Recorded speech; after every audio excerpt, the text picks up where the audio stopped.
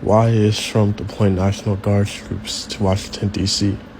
First, I want to say, Call Allah, all glory, honor, and praise is due to Yahweh, Ba'ashem Yahushai, Ba'ashem Rakakadash.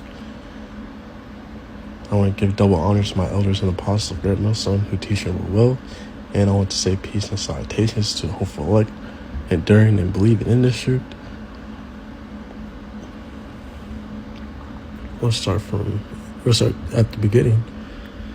In a dangerous new escalation of his authority and rule, Donald Trump has placed the police of Washington, D.C. under federal control and announced that he would deploy National Guard to the country's capital. According to the president, the crime in the city is out of control. No matter that crime numbers are down significantly, including for violent crimes.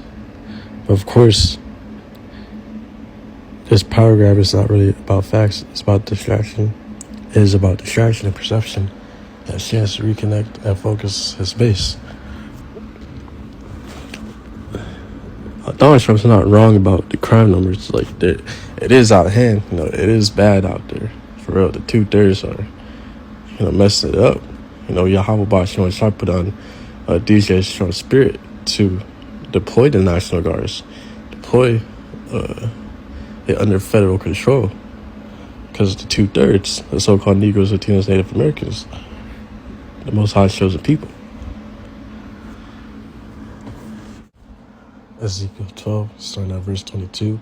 Son of man, what is that proverb that ye have in the land of Israel, saying, the days are prolonged, and every vision faileth? Tell them, therefore, this saith the Lord power Yahweh, I will make this proverb to cease. 2 Esdras 15, starting at 14. Woe, woe meaning destruction. Woe, destruction to the world, and them that dwell therein. For the sword and the destruction draw nigh, and one people shall stand up and fight against another, and swords in their hands. This is talking about political division and race wars. There will be race wars in the last days. Verse 16, for there shall be sedition among men, and if anyone learn, they shall not regard their kings nor princes, and the course of their actions shall stand in their power. So people are going to be fighting against the government. 2/3 of the heathens are going to go against the government while going against each other as well, which will eventually lead to, verse 17, martial law. A man shall desire to go into the city and shall not be able, because there's going to be checkpoints, curfews, when martial law is implemented, because it's going to get out of control. They're going to create order out of chaos. Verse 18, for because of their pride, the cities shall be troubled, the houses shall be destroyed, and men shall be afraid. Verse 19, a man shall have no pity upon his neighbor, but shall destroy their houses with the sword, and spoil their goods because of the lack of bread, and for great tribulation. And verse 19 is talking about the lack of bread, because the economy will collapse. And if you don't have the MOTB, the mark of the beast, RFID micro C-hip, the digital RFID micro C-hip implanted in your body, you won't be able to buy or sell. So there's going to be people that won't take it and will kill each other for food and water and resources because they didn't take the MOTB.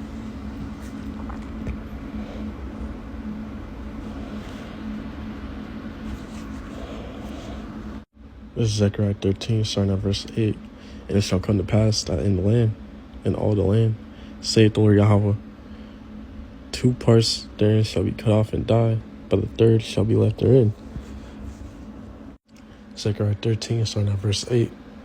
And it shall come to pass that in all the land, saith the Lord Yahweh Ba'ashem Yahushai, 2 parts therein shall be cut off and die, but the third shall be left therein. And I will bring the third part through the fire, and will refine them as silver is refined, and will try them as gold is tried. They shall call on my name, and I will hear them. I will say, it is my people, and they shall say, the Lord Yahweh Ba'ashem Yahushai is my power. So what these 2 verses are saying, that is that 2/3 of the nation of Israel won't make it. And the percentage is, that's 66.6%. Israelites won't make it. So only 1 of every 3 Israelites will make it through Jacob's trouble and receive salvation. So 2/3 of the so-called Negroes, Latinos, and Native Americans will be cut off and won't make it and won't receive salvation at the end. That's what Zechariah 13:8 and verse 9 are going into. The 1/3 of the so-called Negroes, Latinos, Native Americans, Yahweh Hashem, chosen people will make it and receive salvation. And they'll be brought through the fire. And that fire is Jacob's trouble. They'll be brought through Jacob's trouble and be refined and receive salvation. Because Yahweh Hashem predestined the 1/3 hopeful elect to receive salvation. Whoever they are, Lord willingly, we are of that number.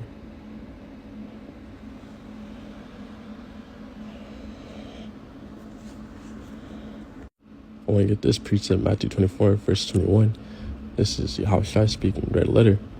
For then shall be great tribulation, which is Jacob's trouble, such as it was not since the beginning of the world to this time, no, nor ever shall be.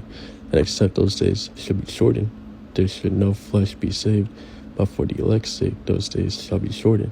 So once Yahweh, Ba'ashim Yahushua, starts these prophecies, it won't stop. It'll just keep going, and it will speed up. The days will speed up. It will all speed up till Yahushua returns and saves his elect. And the kingdom of Yahushua is established on earth. So the 2/3 are playing around and not getting right. Hey man, the prophets have been telling you that these things will happen. So there's no excuse when the day of the Lord hits. And we won't feel sorry for the 2/3 because we told them what would happen. Blood is off our hands, as the scripture says. Because Yahweh Ba'ashim is about to come down with the sword, with his judgment. And the sword being Esau, Edom, the so-called white man, on you tribes.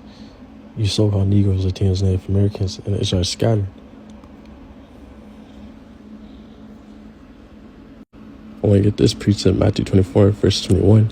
This is Yahushua speaking, red letter.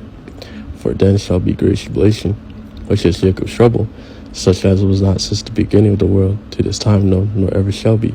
And except those days should be shortened, there should no flesh be saved, but for the elect's sake those days shall be shortened. So once Yahweh, Ba'ashim Yahushua, starts these prophecies, it won't stop. It'll just keep going, and it will speed up. The days will speed up. It will all speed up till Yahushua returns and saves his elect. And the kingdom of Yahushua is established on earth. So the 2/3 are playing around and not getting right. Hey man, the prophets have been telling you that these things will happen. So there's no excuse when the day of the Lord hits. And we won't feel sorry for the 2/3 because we told them what would happen. Blood is off our hands, as the scripture says. Because Yahweh Ba'ashim is about to come down with the sword, with his judgment. And the sword being Esau, Edom, the so-called white man, on you tribes. You so-called Negroes, Latinos, Native Americans, and Israel scattered. With that, I want to say, call Allah. All glory, honor, and praise is due to Yahweh, Ba'ashim Yahushua, Ba'ashim Kakadash. I want to give double honors to my elders and apostles of the Great Millstone who teach and rule well. And I want to say peace and salutations to the hopeful elect that believe and are enduring in the truth. Lord willingly, I pray that was an edifying lesson. And with that, I want to say Shalom.